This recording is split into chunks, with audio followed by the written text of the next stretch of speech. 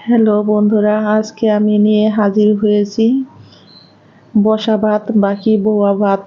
অনেকেই তোমরা রাইস কুকারে রান্না করতে পারো না একদম পারফেক্টভাবে ঝরঝরাভাবে। আজকে আমি তোমাদেরকে রাইস কুকারে রান্না করে দেখাবো একদম ঝরঝরে বোয়া ভাত বাকি বসা ভাত।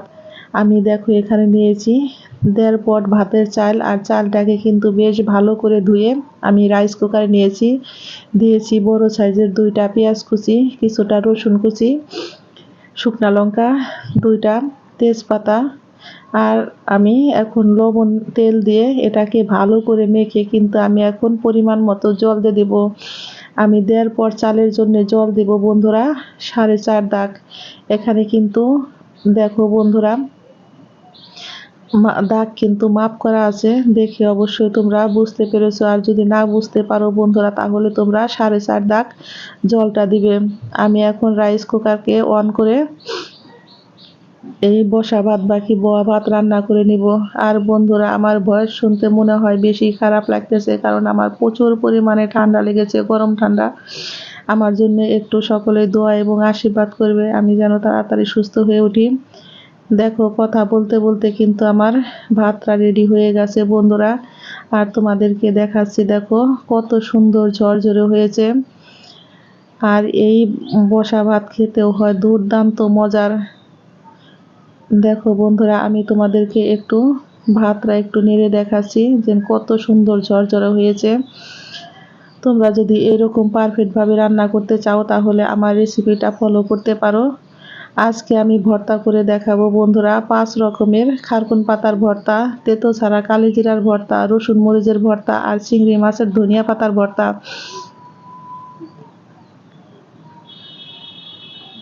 আমি বেশ কিছুটা পেঁয়াজ, কাঁচামরিচ আর রসুন কিন্তু কেটে নিয়েছি। আমি আগে ভেজে নিব শুকনো খোলায় তোমার 2 চামচ পরিমাণে কালো জিরে। আর কালো জিরেটা অবশ্যই কিন্তু তেল ছাড়া শুকনো খোলায় ভাজতে হবে। চুলার আঁচটাকে মিডিয়াম টু লো করে দিয়ে, কারণ কালো জিরে যাতে নাকি পুড়ে না যায়। আর আস্তে আস্তে এটা ভাজলে পারে 1 থেকে 1.5 মিনিট দেখবে যে কালো জিরাটা ভাজা হয়ে গেছে। আর তখন কিন্তু নামিয়ে নিবে, খুব বেশি সময় ভাজবে না, খুবই অল্প সময় ভেজে এটাকে নামিয়ে নেবে। তাহলেই দেখবে তোমাদের কালো জিরার ভর্তা তেতা হবে না। আমি এখন কড়াইতে দিয়ে দিব সরিষার তেল, আর দিয়ে দিব আমি এখন রসুন, পেঁয়াজ কুচি, কাঁচামরিচ।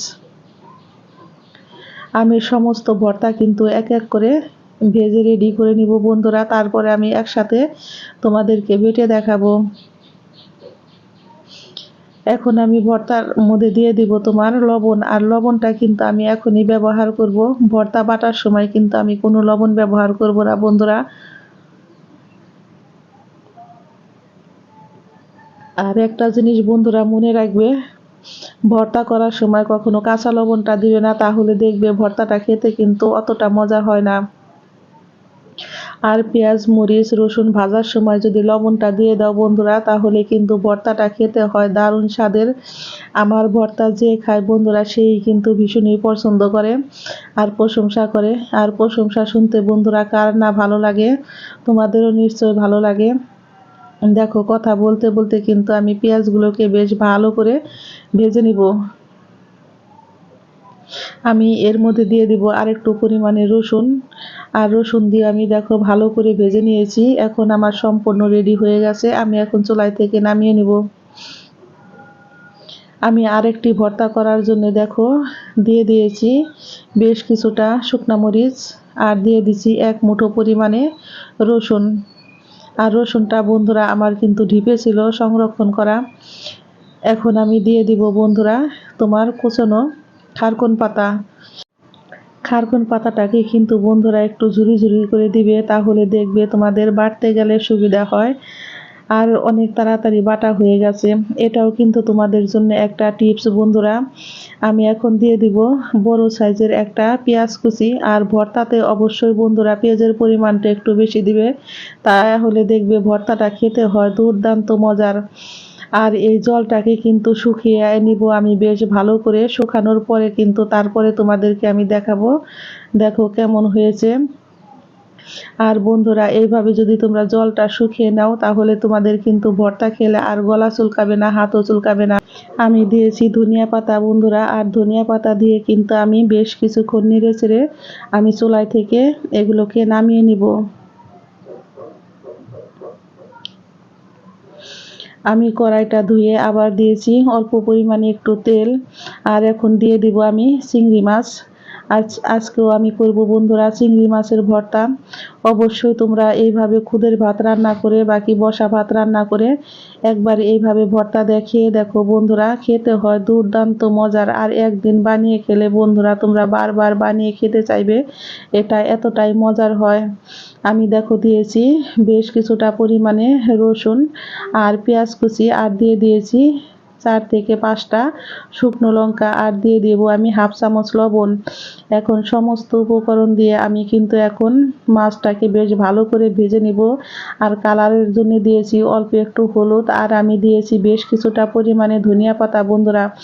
অবশ্যই চিংড়ি মাছে ধনিয়া পাতা দিলে চিংড়ি মাছের ভর্তাটা খেতে হয় দুর্দান্ত মজার। আর আমি এখন চুলাই থেকে নামিয়ে নেব। বন্ধুরা দেখো আমি প্রথমে বেটে নিচ্ছি রসুন মরিচের ভর্তা।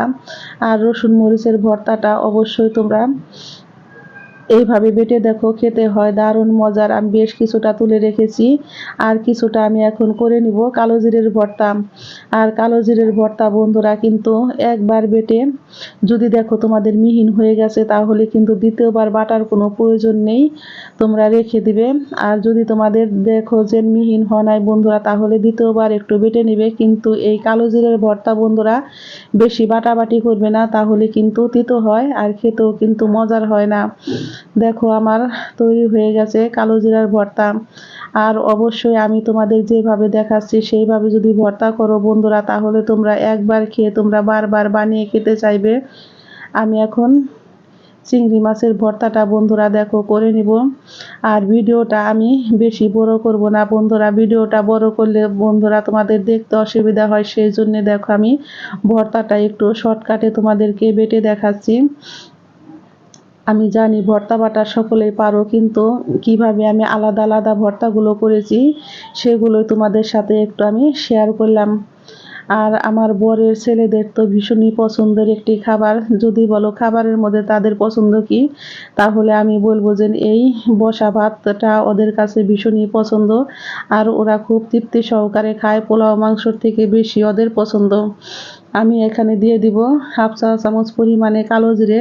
আর কালো জিরে দিয়ে বন্ধুরা দেখো আমি ভর্তাটা এখন সম্পূর্ণভাবে বেটে রেডি করে নিব।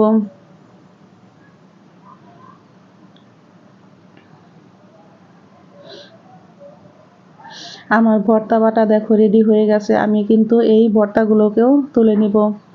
আর এখন আমি বেটে নিব খারকুন পাতার ভর্তা। দেখো বন্ধুরা আমার এই ভর্তাটাও কিন্তু বাটা রেডি হয়ে গেছে। আর আর ধনিয়া পাতার ভর্তাটা বন্ধুরা স্কিপ হয়ে গেছে, আমাকে একটু ক্ষমা করে দিও। দেখো আমার সমস্ত ভর্তা রেডি হয়ে আমি তোমাদের একটু ভাত বেড়ে পরিবেশন করে দেখাচ্ছি কেমন। বন্ধুরা তৈরি হয়ে গেছে আমার 5 পদের ভর্তা দিয়ে বসা ভাত বাকি বোয়া ভাত, তোমরা যে যেটাই বলো সকলেই তৃপ্তি সহকারে বন্ধুরা খেয়ে নিও। তোমাদের সকলের জন্য আমি ভাতটা বেড়ে রেখেছি। সকলেই ভালো থেকো, সুস্থ থেকো। আমি আবারও ফিরবো নতুন নতুন কোনো রেসিপি নিয়ে। সকলকে জানাই অসংখ্য অসংখ্য ধন্যবাদ।